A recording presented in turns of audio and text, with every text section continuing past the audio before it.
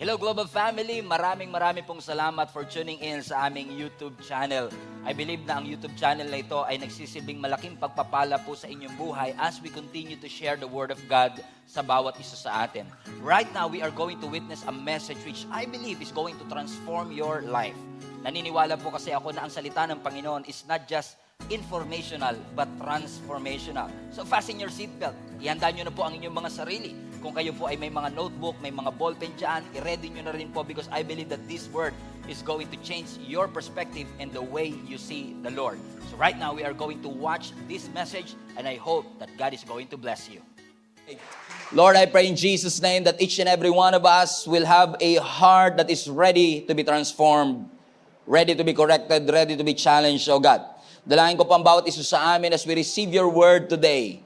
May our hearts be awakened, eyes be enlightened, makareceive kami ng impartation that will lead to a revelation that will result to transformation in our lives. Once again, Lord God, hindi po kami pumunta rito to be informed.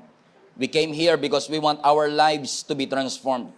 So through the sharing and the preaching of your word, may all of us be transformed. Transform our minds, transform our hearts, transform our lives. We want to leave this place empowered, strengthened, and encouraged by your word. We need you, Holy Spirit. I pray that this message will be timeless, oh God. That even those who will be rewatching this years later will still find this relevant in their lives, and lives will be transformed as well. We honor you in Jesus' name we pray. Amen.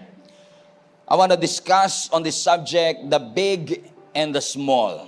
The big and the small. Everybody say the big and the small. Because our God is the God of the big things, and our God is a God of the small things. We are going to talk about the famous miracle of Jesus Christ. In fact, it is famous due to the fact that it is the very first miracle, very first public miracle of our Lord Jesus Christ turning the water into wine. And you can find it in John chapter 2, verses 1 to 11. And this is interesting because the only place in the Bible that you can find this story is in the book of John. Matthew did not write anything about it. Walang binanggit si Mark about this. Walang binanggit si Luke about this. Only John mentioned the story of the first miracle of Jesus Christ turning water into wine. Let's look at the Bibles to John chapter 2, verse 1 to 11.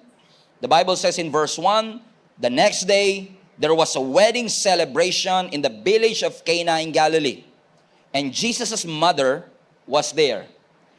Jesus and his disciples were also invited to the celebration.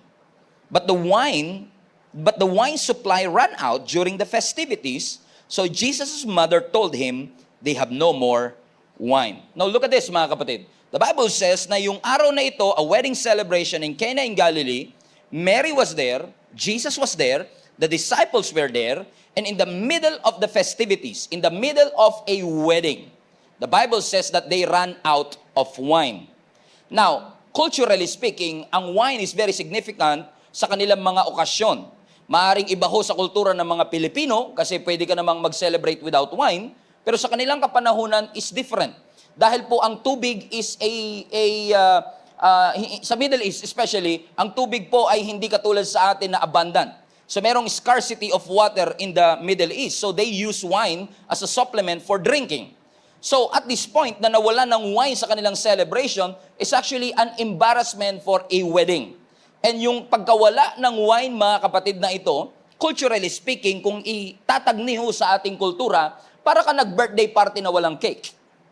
So ganun kahalaga sa kanila yung wine. And I want you to point out here kasi nawala ng wine during the festivities kasi hindi ko katulad sa wedding sa Pilipinas, usually, ang mga kasal dito sa atin ay natatapos ng isang araw lamang. Most of our Filipino weddings ay isang araw lamang. Yung iba pa nga po kapag very simple and intimate, natatapos ng half day lamang. Nakati na rin po ako ng Indian wedding kung saan ang kanilang celebration ay inaabot po ng 3 araw. May mekos-mekos sa first, then second, and then third day. Pero, amen, pero usually Indian weddings run for 3 days. But in the Jewish ancient history, many scholars are telling us, mga kapatid, na ang Jewish wedding is usually inaabot ng 7 days to 2 weeks. So ganun kahaba yung kanilang festivities, and it is the responsibility of the groom and the bride to make sure that they have enough wine for the rest of the week. Ganon ka-importante sa kanila ito. Sapagkat ang wedding, katulad ng wedding din sa Pilipinas, pinaghahandaan, pero hindi lahat din ng wedding perpekto. Sa mga weddings, may mga aberya, may mga pagkukulang, at ganun nga ang storya na nakita natin mga kapatid. Ang wedding na ito ng Jewish culture ay inabot ng 7 days. It is considered to be a high standard social affair. It is a week-long celebration ito ng merging ng dalawang pamilya. It is very important to them. It is a festival with banquet, puno ng mga panauhing pangdangal. At siguro, sa atin pong sabihin na nating perspective, talagang kakaiba itong wedding na ito, sapagkat hindi ito basta ordinary, sapagkat si Jesus ay nandoon, si Mary ay nandoon, and even the disciples were there. We don't know how related they are sa couple na ikinakasal, pero there is a strong possibility na kamag-anak nila Jesus o nila Jesus and nila Mary, itong couple na kinakasal na ito. Na ang sabi ng scripture, si Mary nang na-discover niya na nawalan sila ng wine, by the way, na-discover ni Mary na wala silang wine kasi si Mary nasa kitchen.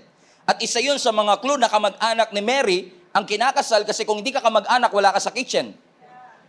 At dahil si Mary ay nasa kitchen, nalaman niya yung problema, isa ito sa mga senyales na siya'y kamag-anak. Kaya ang sabi ng scripture, nung nawalan sila ng wine, mga kapatid, habang nandun si Jesus, ang mga disciple, at lahat ng panauhing pandangal. Na-i-imagine ko nga, siguro, ang mga guests nagsasayawan, nagkakantahan, they were partying, and Jesus, take note of this, was there, partying. Si Jesus nandoon, probably sumasayaw, kumakanta, nagpa-party kasama ang mga... Can you imagine Peter dancing? Can you imagine John and Peter dancing together? The disciples dancing together? Judas dancing with Jesus Christ? Jesus, the very fact that Jesus was partying is something fascinating to me. In John chapter 2 verse 1, John introduced Jesus to be at the wedding party, probably dancing with the disciples. Come on you all. Si Jesus nagpa-party. Shout out sa lahat ng KJ na mga Christians na hindi marunong umiti at hindi marunong mag-party, na kung ang creator of the universe kayang mag-party, mas lalong kaya dapat natin mag-party.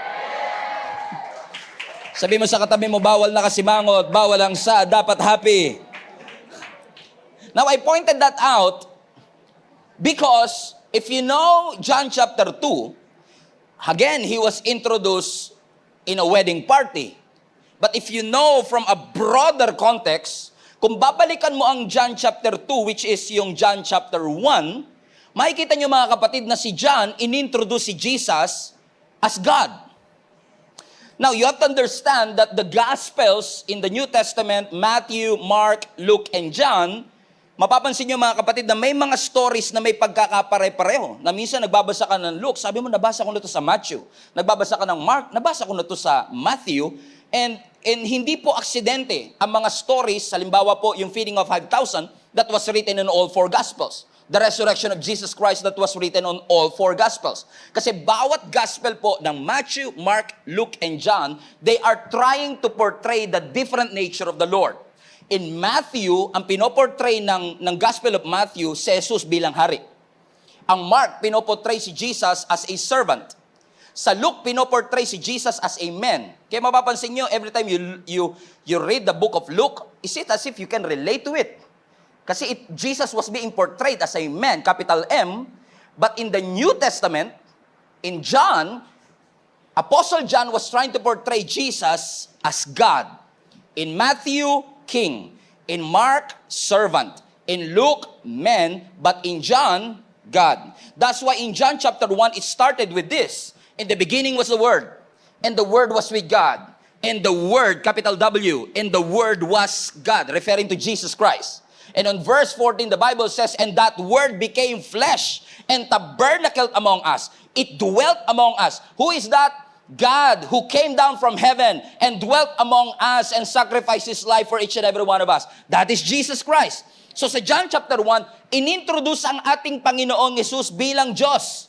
The God who spoke the universe into existence. The God who tabernacled and dwelt among us. The Word, the God who became flesh and being with us. In John chapter 1, ipinakita sa atin that Jesus is the manifold wisdom of God. That Jesus is the manifested flesh in the midst of us. That the divinity is now He showed His divinity and He showed His humanity for each and one of us. Na si Jesus bilang Diyos ay bumaba na kasama natin. In John chapter 1, Jesus is God. And in John chapter 2, Jesus is at the wedding party. Have you seen this? Now Jesus was being introduced. Amen? Not in a synagogue, bilang Diyos, not in a prayer meeting, but at the wedding party. Which reminds me mga kapatid, na kung meron mang grupo ng tao na marunong mag-party, it ought to be the Christians.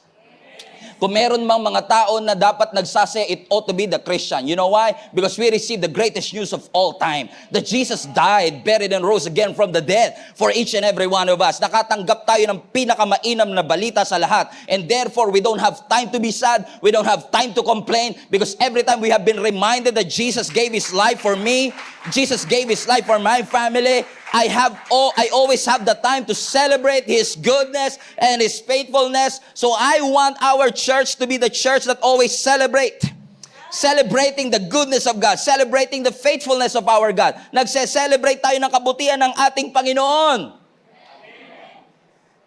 And on John chapter 2, they were celebrating. And in the midst of their festivities, the Bible says, they ran out of wine. Nawalan sila ng wine. At sabi ng verse 4, nung nawalan sila ng wine, verse 3 rather, ang sabi ni Mary, Jesus, we ran out of wine. So in essence, nung naramdaman ni Mary na wala ng wine, kinausap niya ang ating Panginoong Yesus at sabi niya, Jesus, we have a problem.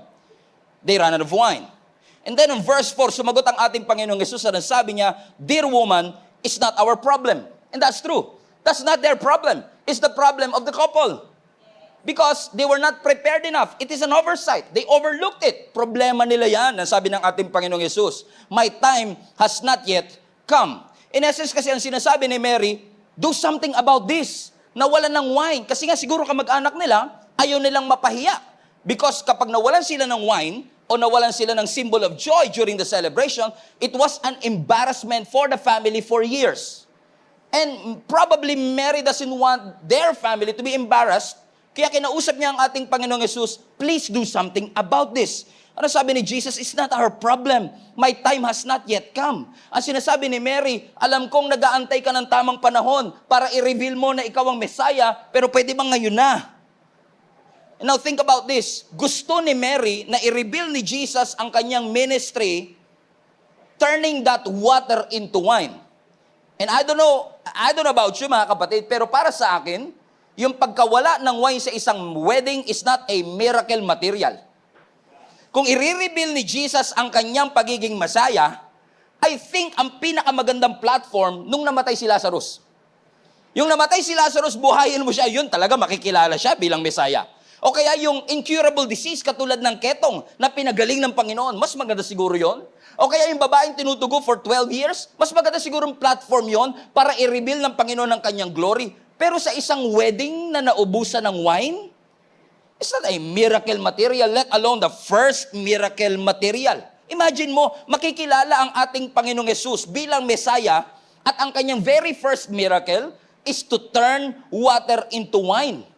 Think about this, the first miracle of Jesus Christ is not healing the sick, it's not raising the dead, it's turning water into wine. The first miracle of Jesus Christ is about a party who ran out of wine. Kung para sa akin lang naman, pwede kong sabihin, wine lang talaga? That is too big for the Lord. God can do more than just turning water into wine. Kung meron mang first miracle si Jesus Christ, maaring yung pagkabuhay na lang ng patay. Mas maganda. Mas magandang platform ba? It is too big for the Lord. Hindi pareho yung naubusan tayo ng wine sa patay na si Lazarus. Magkaiba yung naubusan tayo ng wine sa dinudugo for 12 years? O yung patay na yung anak ni Jairus? This is not a life-threatening situation. This is not a life and death situation. And yet, mga kapatid, nakita natin sa scripture na ang unang milagro ng ating Panginoong Hesus is to turn water into wine, which again reminded me that our God is not just a God of the big things, that our God is also a God of the small things. Nothing is too big for the Lord and nothing is too small sa ating Panginoon. Huwag lang tayong mananalangin sa Panginoon sa mga big and major prayers. God reminded us today, mga kapatid, even the small stuff that you are concerned about, you can pray about the Lord. God is the God of the cancer and leukemia, and God is also the God of the fever and the cough and the flu, na kaya rin ng biogesic. Pero kaya ng ating Panginoon. Huwag nating limitahan ang ating Panginoon sa mga bagay na malalaki lamang, sa mga big prayers at mga big requests. Ang sabi ng scripture, cast all your cares upon the Lord. Everybody say all. Pag sinabi mong all, lahat ng concerns ng iyong puso, malaki man o maliit, huwag kang mag-hesitate na idulog sa ating Panginoon, i-request sa ating Panginoon, kasi ang Diyos hindi lang nakikinig sa mga malalaking panalangin, kundi nakikinig ang ating Panginoon maging sa maliliit na mga panalangin. Hindi lang siya nakikinig dun sa mga life and death situation, sa mga life-threatening situation, kundi ang Diyos ay nakikinig din kapag naubusan ng wine ang iyong party. He is the God of the big things and He's the God of the small things. Look at the birds in the sky. They don't sow, they don't reap, and yet your heavenly Father feeds them. Are you not more valuable than them? Small things. Kahit yung mga ibon. Pansinin niyo yung mga ibon, tuka ng tuka, wala naman tinutuka. Ewan ko kung napansin niyo, observant kayo, tingnan niyo yung mga kalapati, tuka ng tuka, wala naman tinutuka, and yet the Heavenly Father feeds them. The Bible says, look at the lilies of the field. They do not toil nor reap. Nasabi na scripture that even Solomon in all his splendor cannot dress as beautiful as they are. Even the small stuff, He's your God.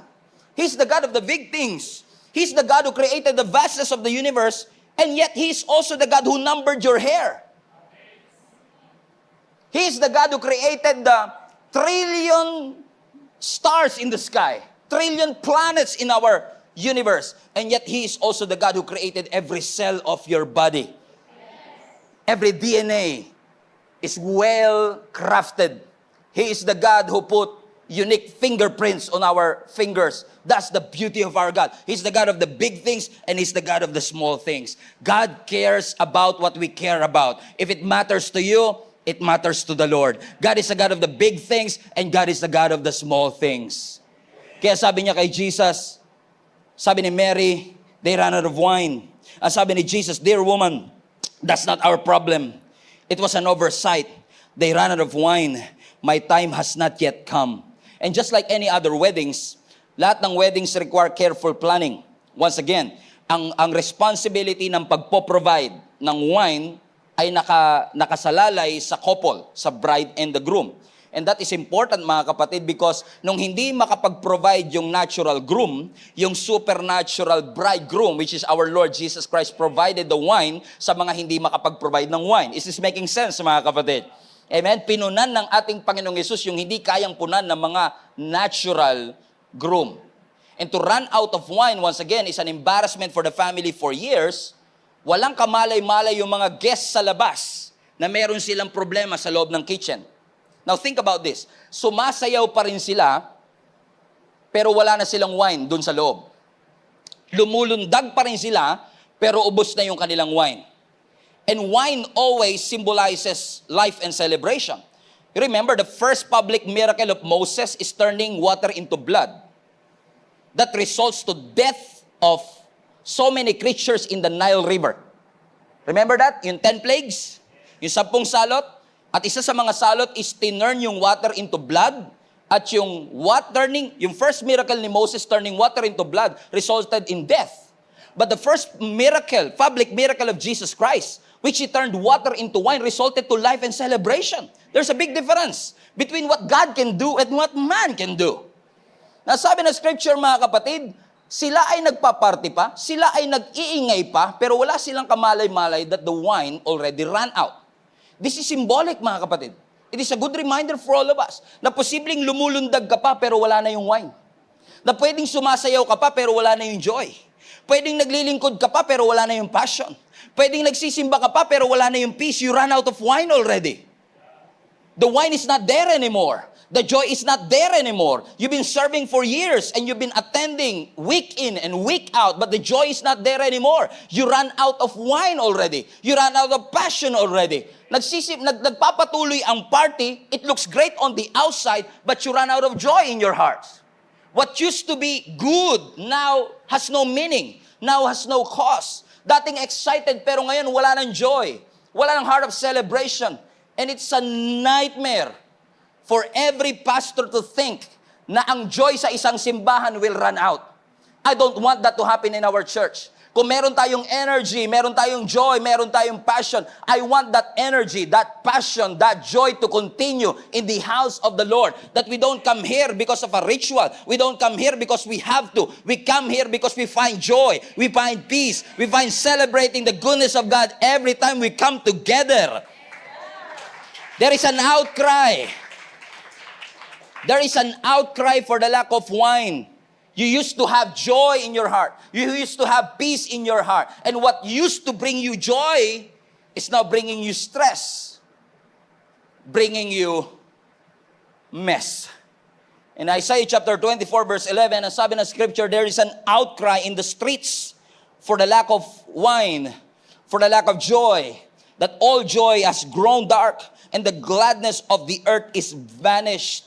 That's why Mary was panicking. Kasi sabi niya, we ran out of wine. Alam kong lumulundag pa sila, alam kong tumatalon pa sila, but sooner or later, this party will end if we don't provide any wine. Guess yung sinasabi ko mga kapatid, pag tinanggal mo ang isang halaman sa kanyang sanga, green pa rin siya, but sooner or later, magiging brown siya for the lack of nutrients. Kaya nga maraming Christians nowadays, kahit na hindi sila umati ng church, kahit di sila nagbabasa ng Bible, kahit di sila nananalangin, sabi nila, okay pa naman ako, green pa naman ako, masaya pa naman ako, but sooner or later, you're going to die. Sooner or later, that lack of joy will have a toll in your heart. You're still serving, but you serve, after you serve, you're tired. After you serve, you don't find fulfillment. You don't find satisfaction. You used to find satisfaction in serving. You used to find joy in serving. But now it's gone. There's an outcry for the lack of wine. Kaya sabi ni Mary, do something, Jesus. Ano sabi naman ni Mary, no, it's not our problem. My time has not yet come. At sinasabi ng ating Panginoong Jesus, this is not on my schedule. This is not on my calendar. I'm waiting for something big. If I'm gonna do my first ever miracle introducing my ministry to the world, this is not the place. But how many among you believe, mga kapatid? And we know the story. God did it anyway. And but how many among you believe, mga kapatid, na minsan, Jesus breaks the protocol if somebody is asking for something and God knows that He needs it. Na minsan i-break ng Lord ang protocol kahit hindi siya nasa schedule, kahit hindi siya nasa season. Kung gugustuhin ng Panginoon na i-provide, ipoprovide ng ating Panginoon. Ang tanong, are you desperate enough to pray for something to the Lord that probably is not on schedule, that probably is not on the season, but you believe that your God can break protocols to bring you the answered prayer for your needs? Remember yung lalaki na 38 years na nasa pool of Bethesda? Remember that story in John chapter 5, another miracle of Jesus Christ? Nasabi ng scripture, kapag bumababa ang angel, kinakalawkaw niya yung tubig, at kung sino man ang unang lulubog dun sa tubig, siya ay gagaling. Remember that? Now, think about this. On John chapter 5, there is a man na lumpo for 38 years, and they are waiting sa schedule ng pagkalawkaw ng tubig. But think about this. It was not on schedule. Hindi kinalawkaw ang tubig. Hindi dumating ang angel, pero dumating si Jesus. Kahit wala sa schedule yung pagkalawkaw ng tubig, pero dando ng ating Panginoong Yesus, in the presence of the Lord, God can break protocols. He doesn't have to wait for an angel to come down as long as Jesus is there. Healing will take place. Deliverance will take place. Something happens when God shows up. Because when Jesus shows up, expect a miracle, mga kapatid. Expect a miracle. It was not on schedule. It was not Jesus' timing. It was maybe not on the right time, not on the season. Wala nga siya sa tubig. And yet, he was in the presence of the Almighty and he was healed. Nasabi ni Jesus, my time has not yet come. So look at that verse 4. Verse 4. Look at this verse. So nung sinabi ni Mary, Jesus do something, alam niya si Jesus lang makakagawa ng paraan. Watch this. Ang sabi ni Jesus, "Dear woman, that's not our problem. My time has not come." Meaning, ang sinasabi ni Jesus, not today. So, no. You want miracle? No. But look at verse 5. Look at verse 5. Next verse. But his mother told the servants, "Do whatever Jesus tells you." What? Hindi mo ba narinig yung sinabi ko? Sabi ko, ma'am, no. Ano sabi ni Mary? Guys, kung ano sabihin ni Jesus, sundin ninyo. No, I said no! Kung ano sabihin ni Jesus, gawin ninyo. that's, I find it fascinating. Para mga nanay natin ganyan talaga, no? Kahit humindi ka, oo pa rin. Because ang mga nanay natin will not take no for an answer. Hindi ka pwedeng humindi sa kanila. If they request something in you, they are so desperate that you will follow them. Amen. And Mary was not different. Kahit sinabi ni Jesus na no, ang sabi niya sa mga servants, sure na yan, gagawin niya na yan. So gawin mo, lahat ng sasabihin niya. Do everything. And by the way, kung tayo yung servant, if God wants you to do something and He tells you to do something, you should do it. Sometimes it may look stupid, but you should do it when God commanded you to do it. It may sound illogical, pero kapag sinabi ng Panginoon, gawin natin. Mary was so persistent. Mary was so desperate to get Jesus involved in this situation kasi alam niyang walang ibang makakasolve nito kundi ang ating Panginoon lamang. She did not take no for an answer. She believes that it's only the Lord who can solve this thing. She believes that Jesus can do it, and she believes that Jesus will do it. Because it's one thing to believe that Jesus can. It's another thing to believe that Jesus will. And many Christians believes that Jesus can heal, can provide, can protect, but do you believe that God will do it for you? Let's not just believe for a miracle. Believe for a miracle that will happen into your life. Because Jesus, amen, Jesus can do it and Jesus will do it. So as sabi niya sa mga servants, whatever Jesus tells you, you do it.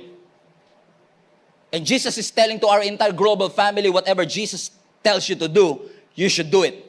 Because that's what obedience is all about. You want miracle, you obey. Because obedience is all or nothing. Obedience is not later. Obedience is not partial. Obedience is all or nothing. When you obey, God will open the way. You want miracle to happen in your life? Do what God tells you to do. It may sound stupid or illogical, but the moment that God said something, you should do it.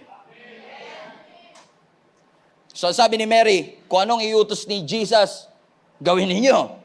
Fasten your seatbelt. In verse 6, so standing nearby was a 6-stone water jars used for Jewish purification ceremonial washing. And each could hold 20 to 30 gallons, do the math. And Jesus told the servants, fill the jars with water. So sabi ni Mary, kung ano man ang iutos ni Jesus, you should do it. So anong utos ni Jesus?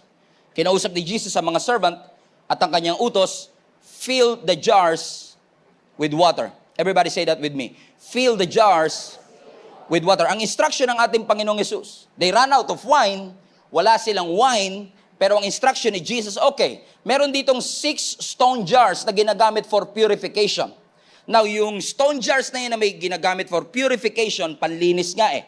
So, ibig sabihin mga kapatid, yung stone jars na yan, may laman na rin namang tubig, pero dirty water. Not for drinking purposes. So, ang sabi ng ating Panginoong Yesus, okay, punuin nyo yung 6 na stone jars na yan ng tubig. Now, I find it fascinating because if you have a plan to produce wine, water and wine has a different nature. At least kung gusto mo maging wine, lagyan mo ng grapes. Right? Pero iba talaga instruction ng Lord eh. Ang sabi lang ng Panginoon, fill that jar with water. And like, sabi siguro ng mga sermons, why? For what? We need wine. Quick. And you want us to fill the jars with water? Pero ano ang sabi ng scripture? Amen? The servants followed Jesus anyway. Kasi minsan, kahit hindi mo maintindihan, sunod ka lang eh. Kasi kapag sumunod ka, later on, maiintindihan mo. It may not sense right now, pero kapag sumunod ka, maiintindihan mo. Ang sabi ng Panginoon kay Naaman, lumubog ka sa Jordan River ng 7 beses. Yung Jordan River na dirty water, tapos meron siyang skin disease. Skin disease, dirty water? No. Hindi yan tugma. Pero iba ang pamamaraan ng Diyos sa pamamaraan ng tao.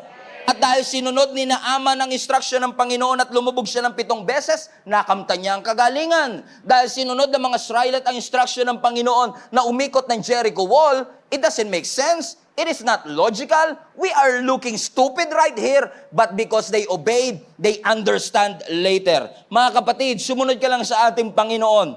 Kahit na parang it doesn't make sense. Ang sabi ng Panginoon sa iyo, you want to walk on water? Come and walk on water. Lord, may loss of gravity. Lord, may loss of buoyancy. Kahit pa may loss of gravity and buoyancy, just obey the voice of the Lord. Mas matimbang ang boses ng Panginoon sa kahit ano pa mang earthly law.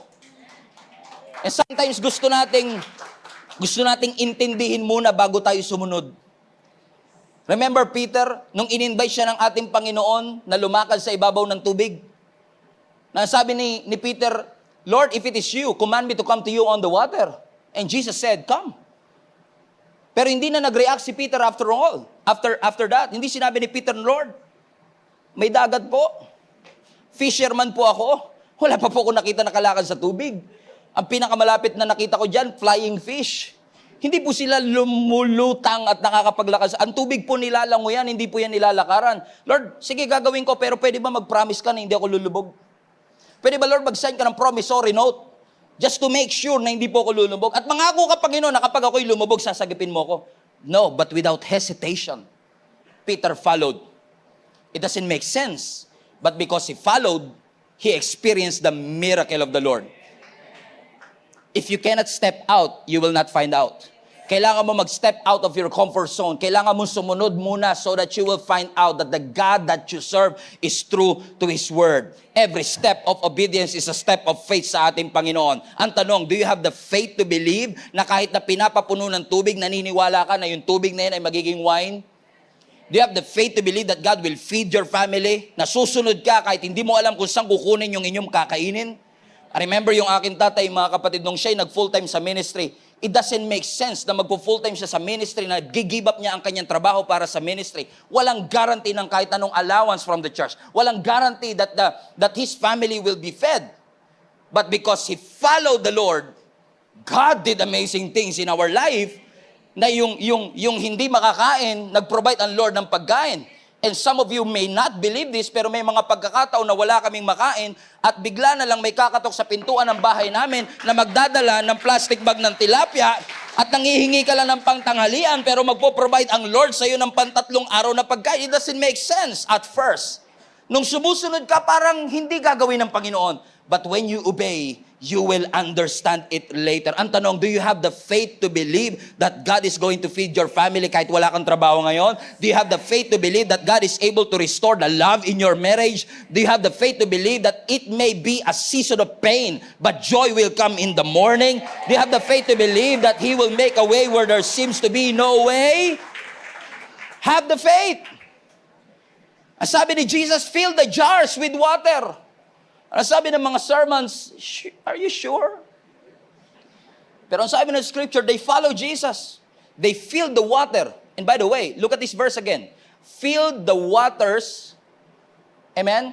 Fill the jars with water. Hindi sinabi ng Panginoon kung gaano kapuno. Ang sabi niya lang, punuin nyo. And alam to ng mga nanay, pag pinakuha nyo ng tubig yung anak ninyo, at sinabi ng anak nyo, gaano po karami, punuin mo. Pero pagbalik ng anak ninyo, gaano kapuno? Kalahati. Kahit gaano kapuno? 3/4. Kasi iba yung perception natin pag sinabing puno. Pero if you read the other accounts of the scripture, makikita nyo sa ibang translation, mga kapatid, na nung mga servants, pinuno nila ng tubig, hindi nila pinuno hanggang kalahati lang. Hindi nila pinuno hanggang 3/4 lang. Pinuno nila hanggang brim, hanggang labi, hanggang sa pinakatuktok. Kasi kung hanggang kalahati lang ang nilagay nila, hanggang kalahati lang magiging wine. Kung 3/4 lang ang nilagay nila, 3/4 lang ang magiging wine. Pero dahil pinuno nila hanggang brim, lahat ng tubig na nandoon mula ilalim hanggang ibabaw, naging wine. Ano ang sinasabi natin mga kapatid? The miracle that you will see will depend on how much water you put in that jar. The miracle that you will see is dependent on the amount of faith that you have. So my question is this, how full is your faith? Gaano kapuno ang ating pananampalataya? Do you have the faith to believe mga kapatid? Na ang Diyos natin is going to provide. Alam mong hindi sapat ang iyong panrenta para sa business na iyong bubuksan, but you have the faith to believe that God is able to do immeasurably above and beyond what we could think or imagine. When we started opening up new services in our church, we don't have any idea how would God fill this room. But we thank the Lord. Kapag nagbigay ka ng room sa Diyos for Him to move, He will show you, amen, that the amount of faith that you have is the amount of miracle that you will receive. So how full is your faith? Yung level ng kanilang expectation ang nagdetermine kung gaano karaming miracle ang kanilang matatanggap.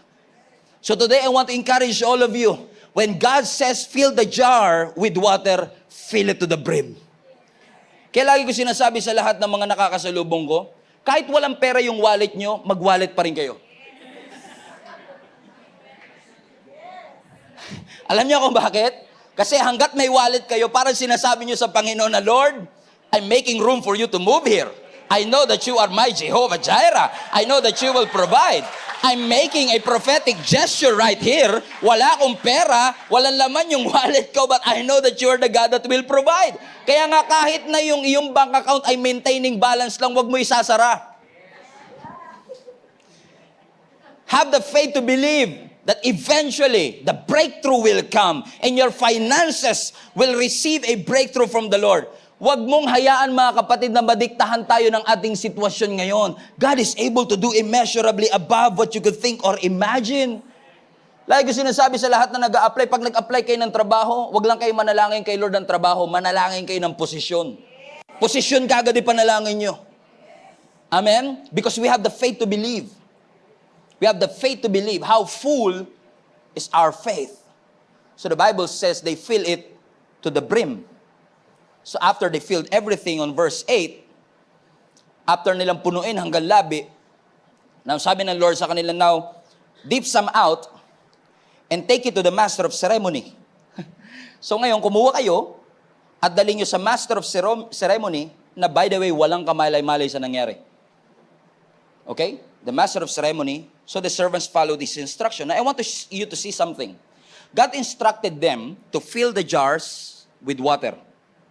And then, hindi sinabi ng scripture na nung pinuno nila ng tubig yung jar, naging wine agad. Hindi sinabi ng scripture.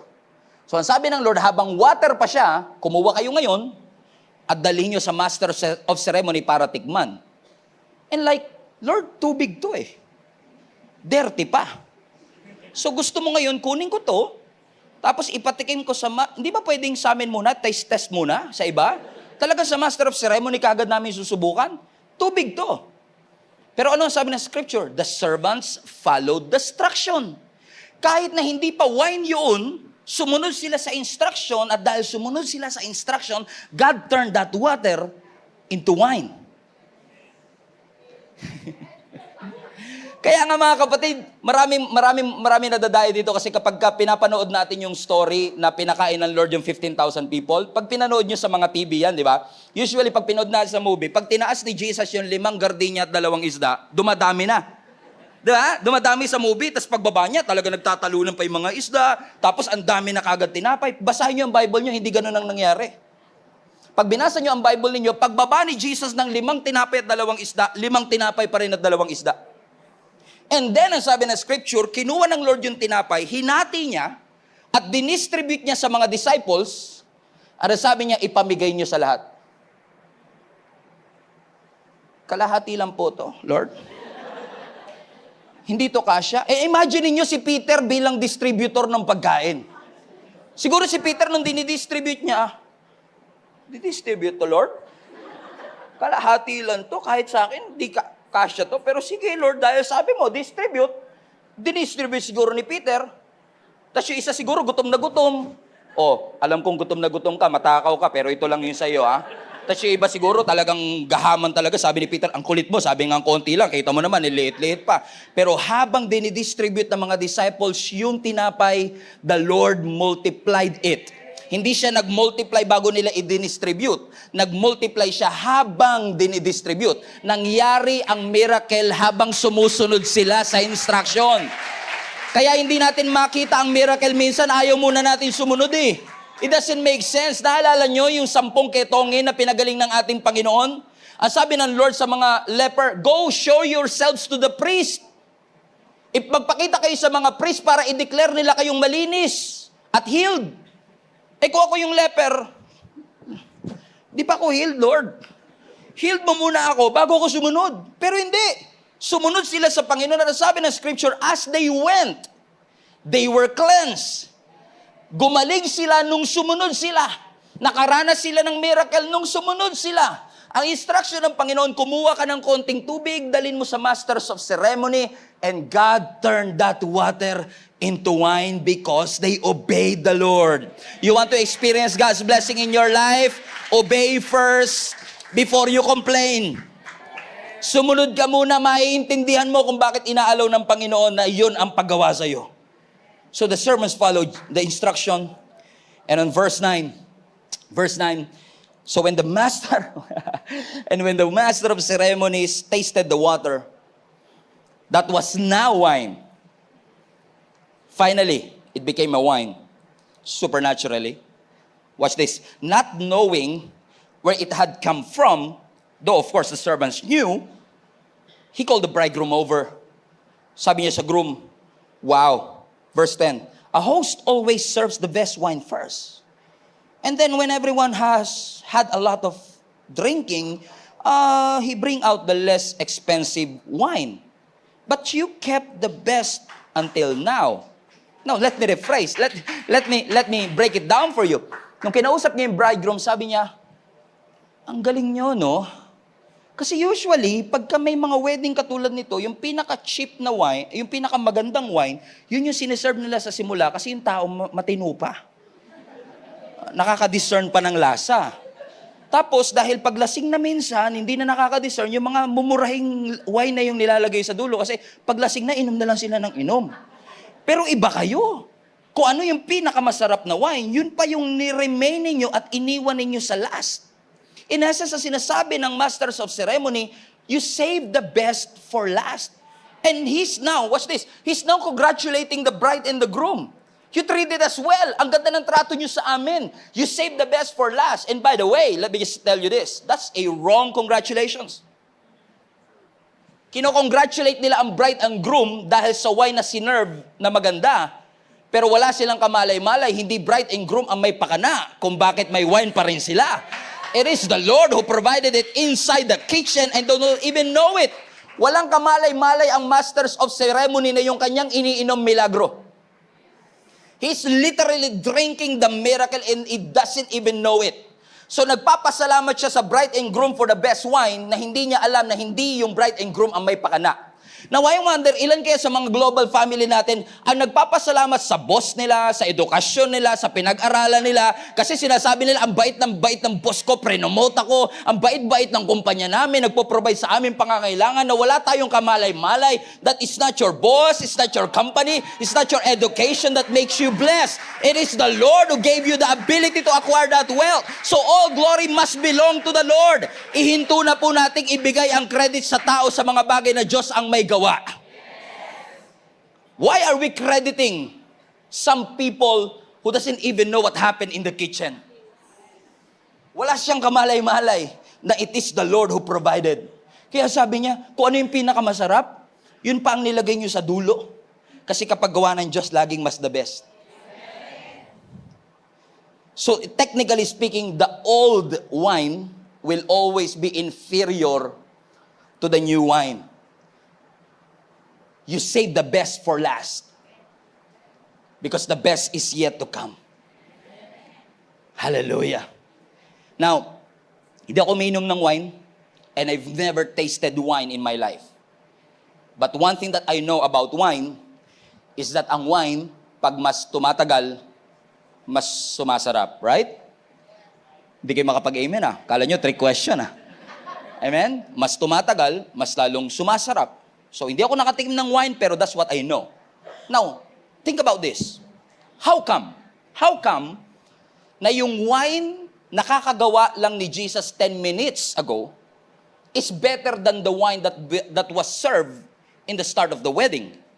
Na probably they waited for years. Ipinagmamalaki siguro nila that in this wedding, we will serve you the best wine. This is a 100-year-old, well-aged wine, and you're gonna like it. And at first, the guests and the panauhing pandanga was actually enjoying that wine, and then they don't have an idea that it ran out. And then God served, in essence, the servant is serving a wine that was made 10 minutes ago, and mas masarap pa yung sinerve na wine na ginawa lang 10 minutes ago kesa dun sa wine na sinerve nila nung una. Kung ang wine para sumarap dapat tumatagal, bakit yung kay Jesus 10 minutes lang mas masarap pa? Alam niyo kung bakit? Because God has the power to accelerate the time. He can accelerate time. Hindi kailangan ni Jesus Christ na mag-antay ng 10 years para sumarap yung wine because God is not bound by time and space.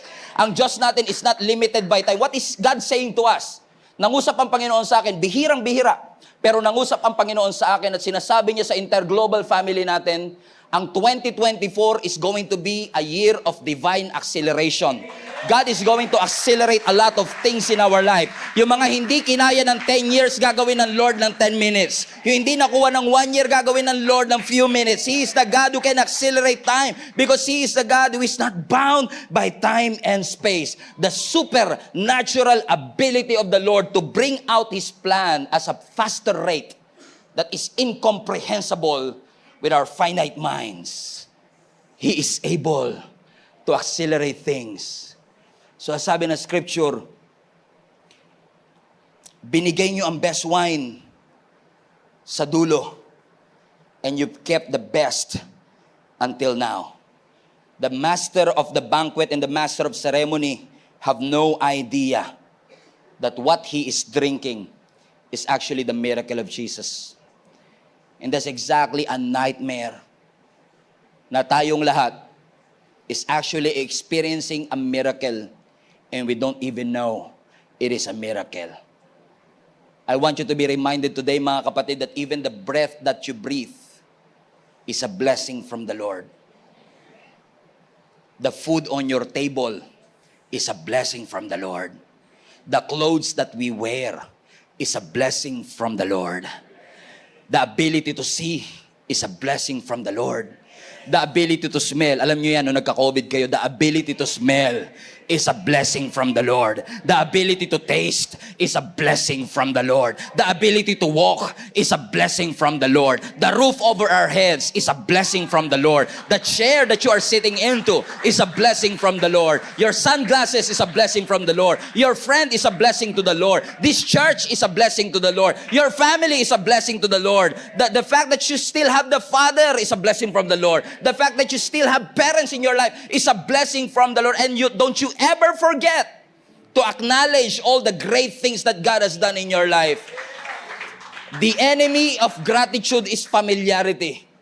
Don't be so familiar with the blessing that you take it for granted and you don't thank God for it anymore. Give the credit where the credit is due. Give honor where honor is due. Glorify the Lord for everything that He has done. And on verse 11, last verse, this miraculous sign at Cana in Galilee was the first time Jesus revealed His glory, and His disciples believed in Him. And just for the sake of argument, I was thinking, kung si Jesus kaya hindi na-invite sa wedding na ito, what could have happened? Meron kayang miracle of turning water into wine when Jesus was not invited at this party? Probably not. Dahil wala si Jesus dun sa senaryo, probably walang miracle na nangyari. If Jesus was not invited in that wedding, the miracle for sure will not happen. And believe me when I said to you, that I really want our entire global family to experience God's miracle. I've experienced God's miracle. And I want you to experience God's miracle. But if you want to experience God's miracle in your marriage, you should invite Jesus. If you want to experience God's miracle in your finances, you should invite Jesus. Because when Jesus shows up, miracle will always happen. The moment Jesus showed up in your life, in your situation, if you want miracle in your church, invite Jesus. If you want miracle in your career, you should invite Jesus Christ. And God is not too busy and your prayers are not too small for Him to answer. He's the God of the big things. He takes care of our planets in our universe. But He's also the God who takes care of your hair, who takes care of our body, who takes care of our clothes, who takes care and feed us all. He's the God of the big things and He's the God of the small things. Huwag mong limitahan ang ating Panginoon sa kaya niyang gawin sa ating buhay. I want to challenge all of you to come to Him with all your cares and concern and say, Lord, maaring menial ito sa iyong pananaw, maaring masyado ka ng maraming planetang pinapaikot, but I have a concern, I have a request. Turn this water into wine. Lord, I used to have joy in service and now I ran out of wine, I ran out of joy. Wala po akong peace, wala akong joy sa aking puso today. Wala akong enthusiasm, wala akong excitement sa aking puso today. But I want you to intervene. I want to invite you into my situation. Our family is struggling. Our finances are struggling. My health is struggling. But I know, Lord Jesus, with man it is impossible. But with you, all things are possible. So I come to you today, Lord God, not with big prayers and big requests. I come to you today with small ones and small dreams. And I want you, oh God, to intervene into my situation. And I want my family not just to survive but to thrive. I need you, Jesus, in my life. And guess what? God is able.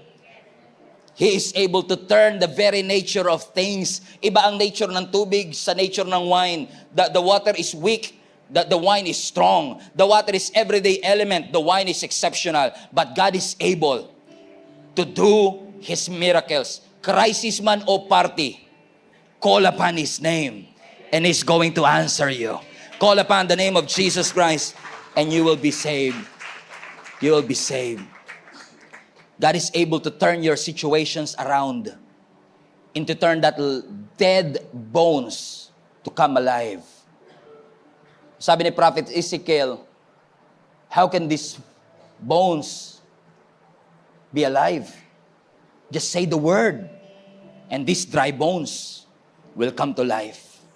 And God, being the God of resurrection and the God of life, is able to bring that dead dreams, dead passion, the lack of wine, the lack of joy, the lack of happiness and celebration. How's your family? You still feel that joy when you come together and eat together? Kung wala na, cry out. Lord, I don't want our family to be like this. Gusto ko ang pamilya namin lagi kami excited when we eat together. Bring back the joy. Bring back the wine. Bring back the happiness. Bring back the attraction to our marriage. Bring back the love in our marriage. Bring back that dream. Wala na po akong motivation to work. I'm too tired to work. I feel overwhelmed to work. Lord, bring back the wine. Gusto kong bumalik yung passion ko, yung gigil ko. Yung bangis at yung kilabot ko sa aking pagtatrabaho at paglilingkod. Ayokong nagtatrabaho lang ako for paycheck. I want purpose in my life. Ayokong puro lang ako plano. I want purpose in my life. Lord, bring back the wine. What a prayer, mga kapatid. Let us pray together, mga kapatid, na ibalik ng Lord yung wine. Ibalik ng Lord yung joy. Ibalik ng Lord ang celebration. That we don't just come to church because we have to. We come to church because we want to celebrate the great things, the faithfulness of our God, all the great things that He has done, all the ways that He has made, all the mountains that He has moved. Lord, bring back the wine. Bring back the celebration. We need you, Lord. I don't want this party to stop. I don't want the celebration to stop. Gusto namin yung pagtalo namin tuloy-tuloy, yung paglundag namin tuloy-tuloy, at yung pagsayaw namin tuloy-tuloy. I don't want to stop this dance. I don't want to stop this celebration. I want to get this party going. Bring back the wine, Lord. Bring back the joy. And God is true to His word. That's what I've been praying all night. Ibalik ng Lord ang wine, ang joy and celebration sa ating lahat. Joy to serve, joy to pray, joy to read the word. Ministry is not a burden, it's a blessing. And it should be. Lord, bring back the wine. If the ministry is now a burden, pray to the Lord. Cry out for the lack of wine.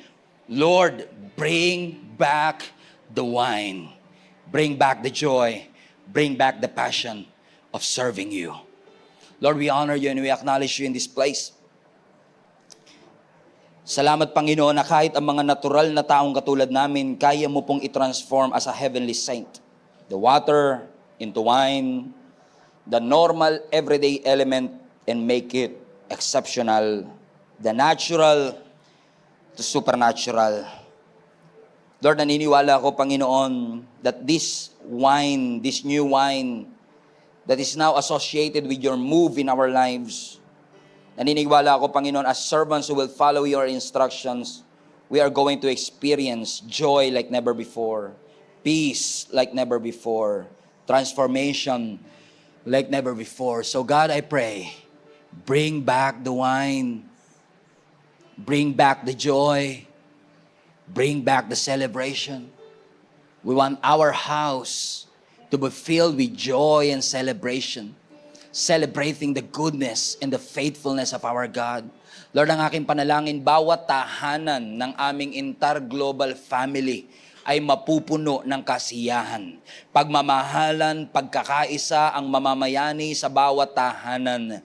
Lahat ng member of the family, mula sa tatay hanggang sa anak, ay magpa-party, magse-celebrate because of the goodness of our God. At kung ang aming mga tahanan ay naubusan na ng wine, nawala na ng joy, nawala na ng compassion, nawala na kami ng amor sa isa't isa, Lord, I pray in Jesus' name that you would bring back the joy, bring back the peace, and bring back the love. We want to go home sa aming mga tahanan excited because we know that our house is a house of celebration, that our house is a testament of your joy and your faithfulness.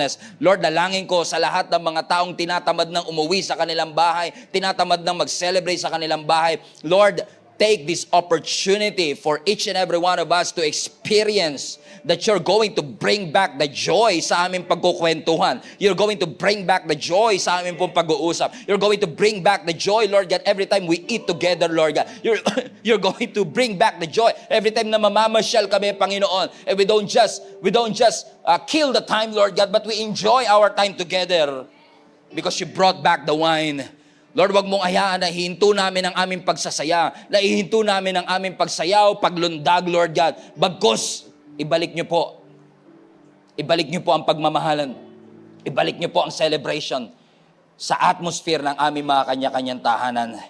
And even in this spiritual house, kung saan mo kami ibinilang, Panginoon, Lord, I pray ang GSMNB Global Family will continue to celebrate your goodness. San man kaming lupalop ng mundo, nararamdaman namin ang kasiyahan, nararamdaman namin ang party, nararamdaman namin ang celebration, ang joy, ang peace, ang love. Because you are always with us. We honor you. We glorify you for all the great things that you have done. Thank you for bringing back the wine into your house. This I pray in Jesus' name we pray. Everybody shout, Amen.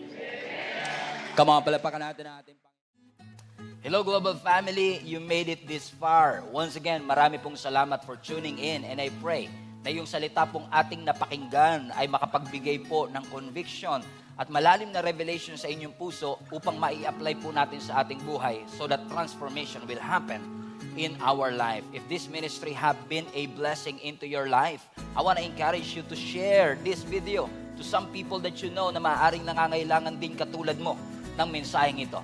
In fact, I want to take it a little bit further, mga kapatid, and invite you to partner with us. If this video, if this ministry have been a blessing to you, I know in the future, it will be a blessing to somebody else as well.